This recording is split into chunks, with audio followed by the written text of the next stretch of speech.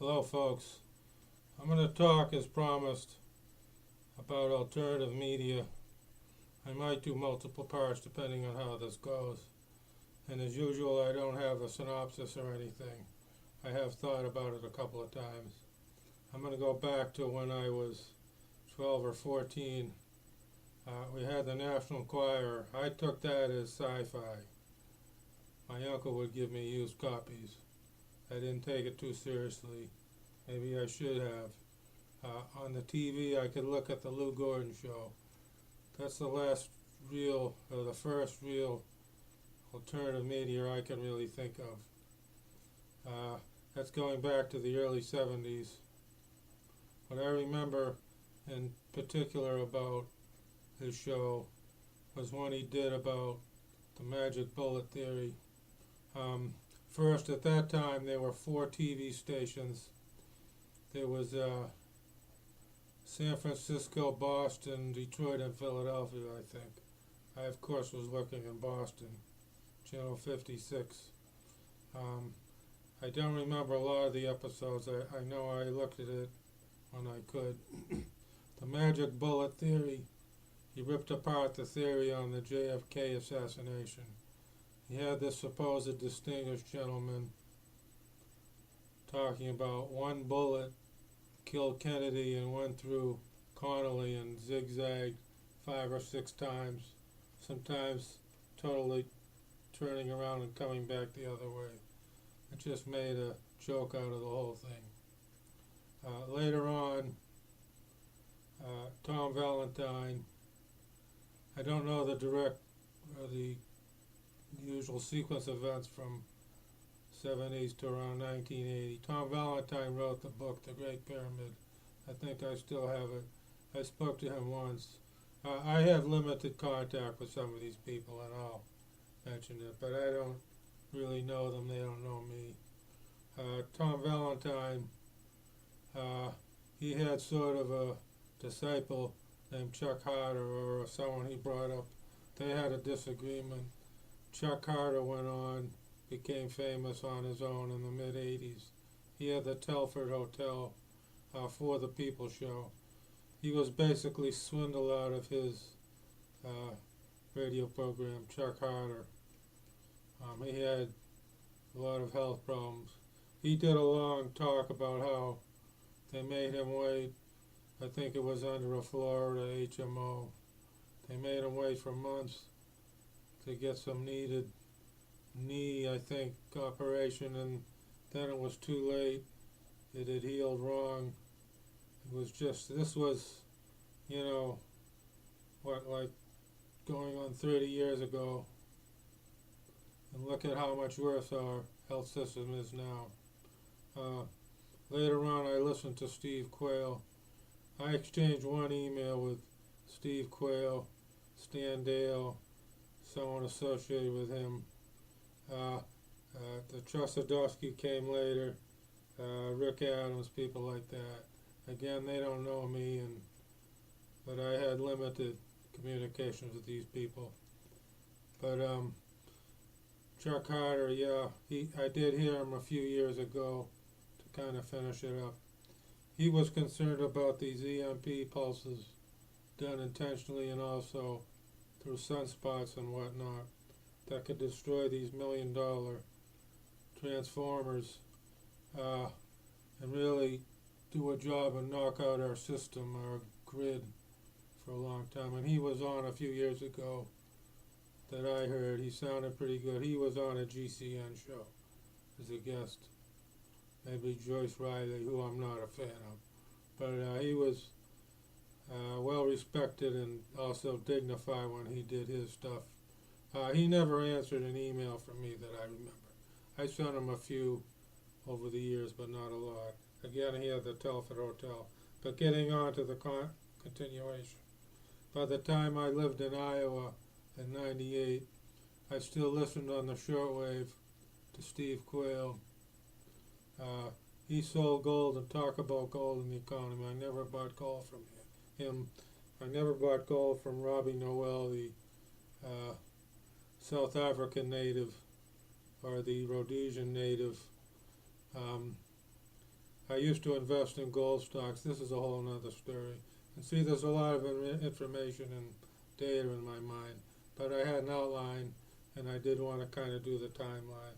I listened to Steve Quayle. I know is back as far as 99 or early, well, earlier than that, because I listened to him on the shortwave back in Boston. The shortwave in northeast Iowa didn't work too well, and it hardly works at all down here. It's worse down here. In Boston, it worked really well. Late at night, I could sometimes hear Tahitian music, which was very nice, like 3:30 at night. And very young, I could pick up Russia and Cuba and Australia on a not very good, my father's old radio, which would be over 50 years old, but it conked out years ago. But going on again with Steve Quayle, and I disagree with a lot of his stuff, but I still respect him. And he kind of was into a lot and still is. He's still around, but he doesn't do regular shows. He has a Survive to Thrive network, which is really several other guys, a couple hours an evening now.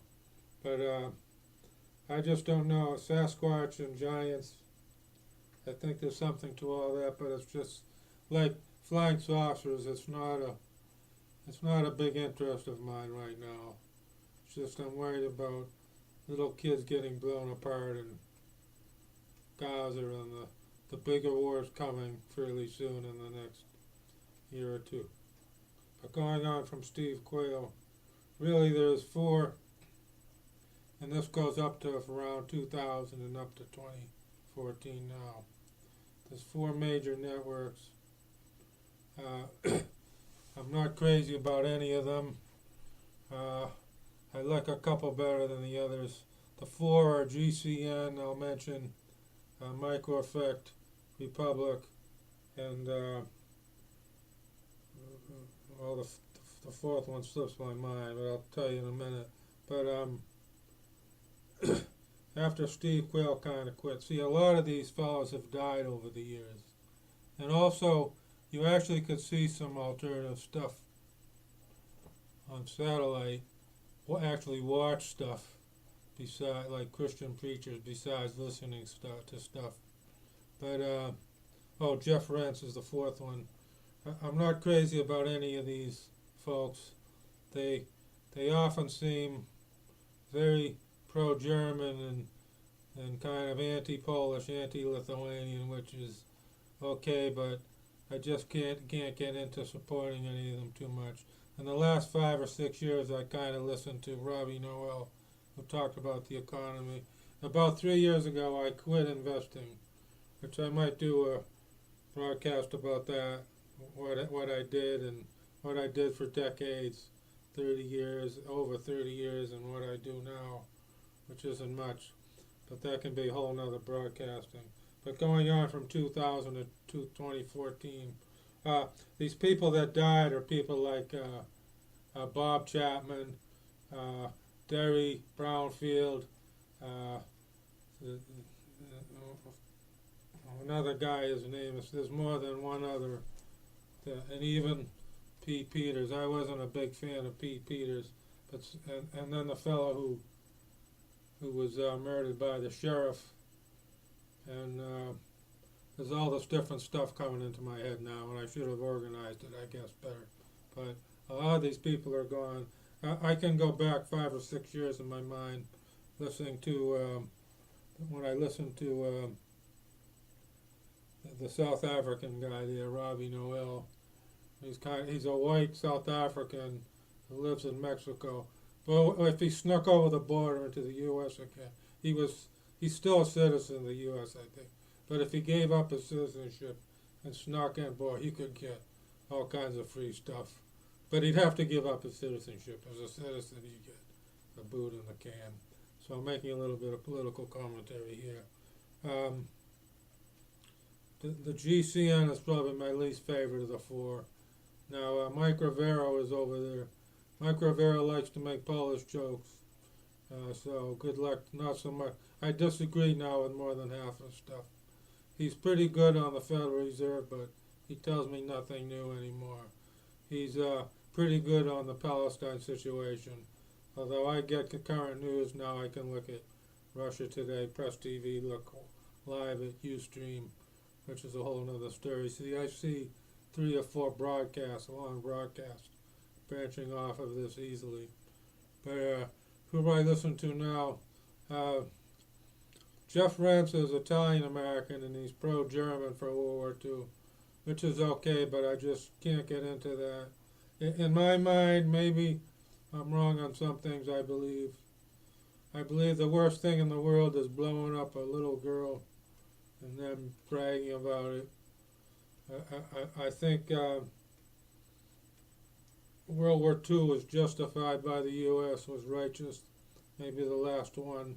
My father was a war hero in there. He could have easily died. His twin brother died. Another brother served.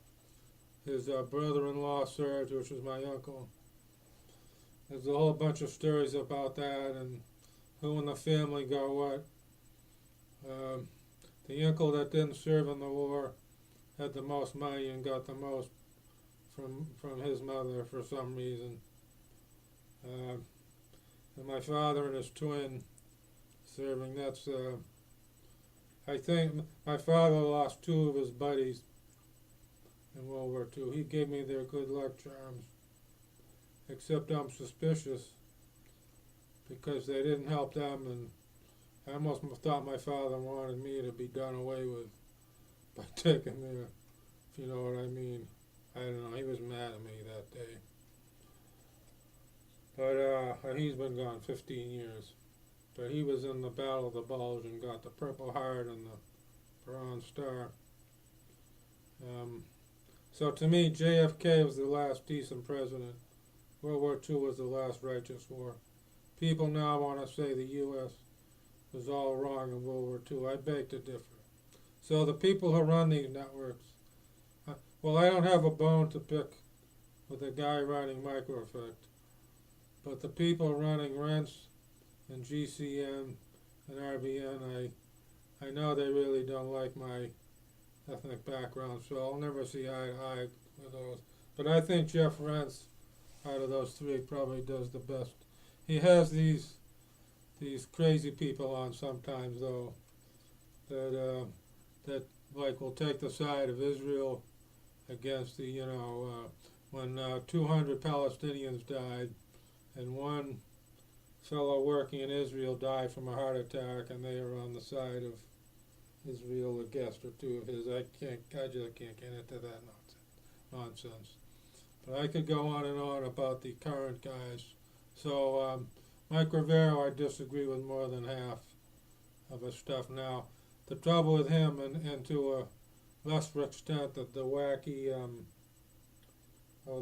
guy on GCN, the flagship guy, the bullhorn guy, they just get too extreme on some of their stuff. But like I said, I exchanged Rick Adams, Mike Chosadowski, Stan Dale, who is a renowned scientist in his own right. I exchanged one set of emails with these 3 guys, and I do disagree with all of them. If you find someone who you agree with 100%, I think you just had too much beer that day or something. I don't think it's going to happen. But the information now, RBN I listen to less and less. Like Diana, who's on the weekend now, of course I disagree with her viewpoints. She's on RBN on the weekend. She was booted off.